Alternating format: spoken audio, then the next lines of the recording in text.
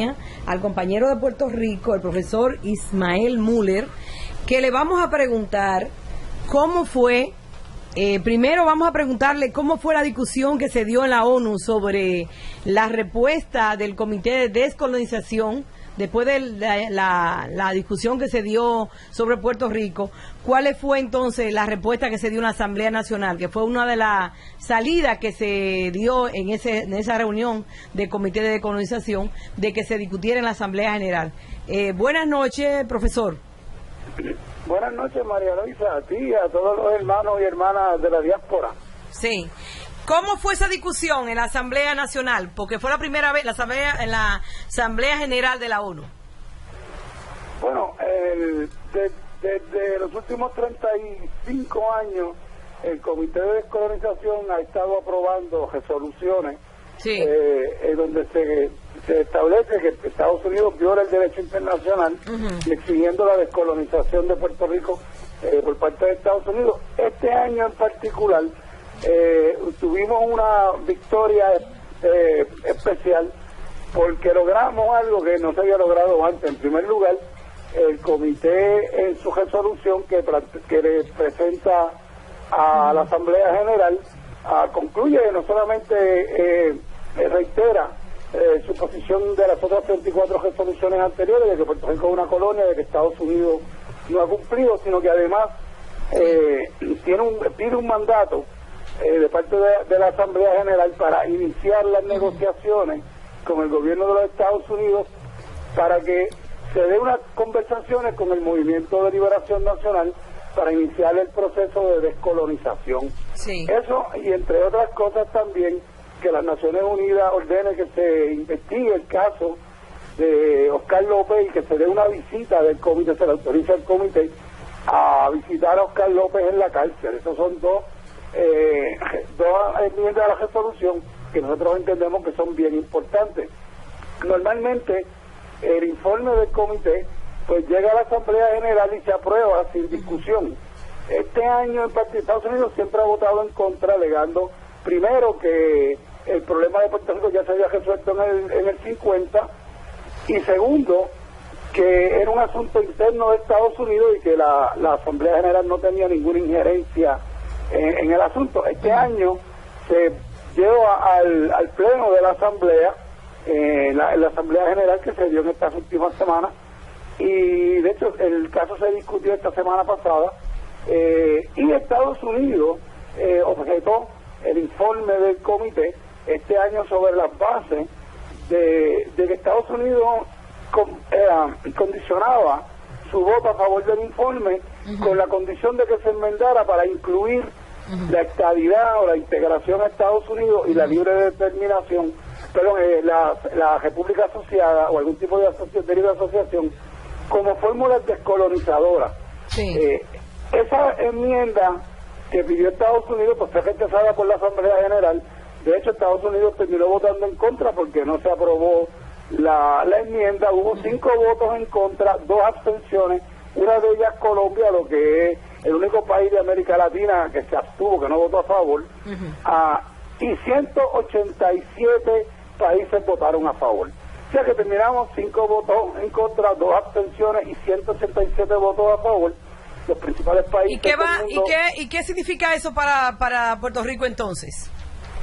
Bueno, eso significa que en este momento el Comité de Descolonización tiene un mandato de la comunidad internacional para iniciar las conversaciones con Estados Unidos para que inicie la negociación con el Movimiento de Liberación Nacional, para iniciar el proceso de descolonización. Y eso es bien importante porque es un mandato de la comunidad internacional.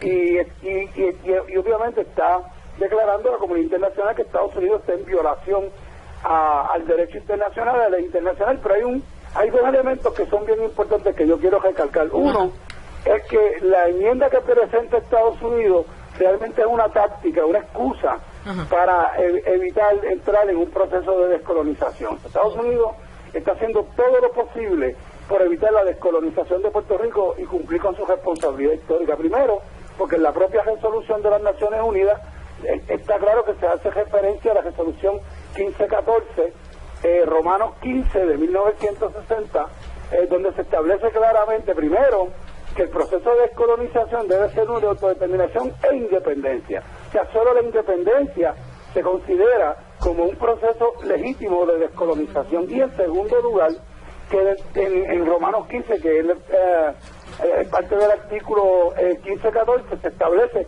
que una vez descolonizado el país, tanto la estabilidad o la integración a Estados Unidos o algún acuerdo de libre determinación son fórmulas que son no coloniales, y esa es la diferencia. O sea, una cosa es decir que la anexión o la libre asociación o algún pacto con Estados Unidos es no colonial, y otra cosa muy distinta a lo que pide Estados Unidos, que es que eso se utilice como fórmulas de descolonización, que son dos cosas totalmente distintas.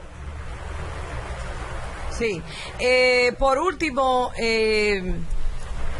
Ismael, me gustaría que tú nos dijeras rápidamente qué significó la batalla de Jayuya o Jayuya en Puerto Rico, que en estos momentos... Precisamente ese era un tema que quería tocar antes de terminar mi presentación, sí. Y es que precisamente este domingo se cumple el 65 aniversario del levantamiento de 1950, donde hubo un levantamiento en contra de la ocupación militar de Hope. Hubo varios combates. El combate principal se dio en el pueblo de Jayuya, que es un pueblo que está en el centro de la isla, en las montañas. Hubo muchos muertos, hubo una represión bien brutal por parte del gobierno de Estados Unidos, incluso se bombardeó el pueblo de Jayuya. Y una de las razones por las que se dio ese levantamiento precisamente fue porque en 1950 Estados Unidos quería presentar la condición actual de Estado Libre Asociado como un proceso de descolonización en las Naciones Unidas. Y el Movimiento de Liberación Nacional, para dejar claro a la comunidad internacional y al mundo entero que el pueblo de Puerto Rico rechaza esa posición de los Estados Unidos, llevó a cabo el levantamiento de 1950. Así que precisamente hoy, 65 años después, las Naciones Unidas reconocen ese hecho y rechaza la posición de Estados Unidos, lo que es importante, porque si no hubiese sido por ese levantamiento, no hubiese quedado en el récord histórico la posición del pueblo de Puerto Rico frente a los Estados Unidos de Norteamérica. Ok, bueno, muchísimas gracias, Ismael. El tiempo realmente lo tenemos bien cortito, pero concretamente no ha dicho qué significa esta batalla y lo que la Asamblea determinó. Vamos a ver ahora si el gobierno de Estados Unidos cumple con esa resolución. Muchas gracias. Bueno, ahora vamos a tener una breve entrevista a uno de los muchachos que es sobreviviente de Ayotzinapa, de los 43 estudiantes. Vamos a tenerlo en estos momentos.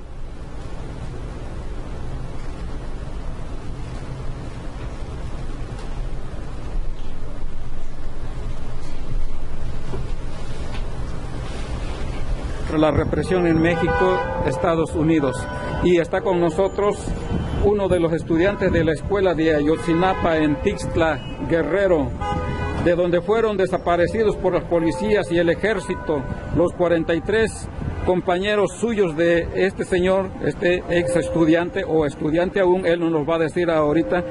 Y dado que Enrique Peña Nieto es el jefe supremo de las Fuerzas Armadas, ¿qué le diría a usted en caso de que él estuviera escuchando esta entrevista? Primero que nada, ¿cuál es su nombre? Bueno, yo soy Eduardo García Maganda, estudiante de la Escuela Normal Rural de Ayotzinapa.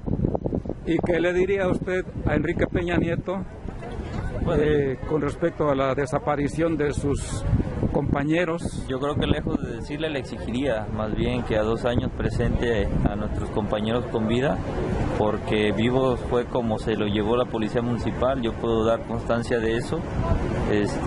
Yo estando a pocos metros del lugar donde se los estaban llevando, pues pude lograr ver, a pesar de la oscuridad de la noche, pues pude ver cómo elementos de la policía en patrullas oficiales de la policía municipal pues se llevaban a nuestros compañeros.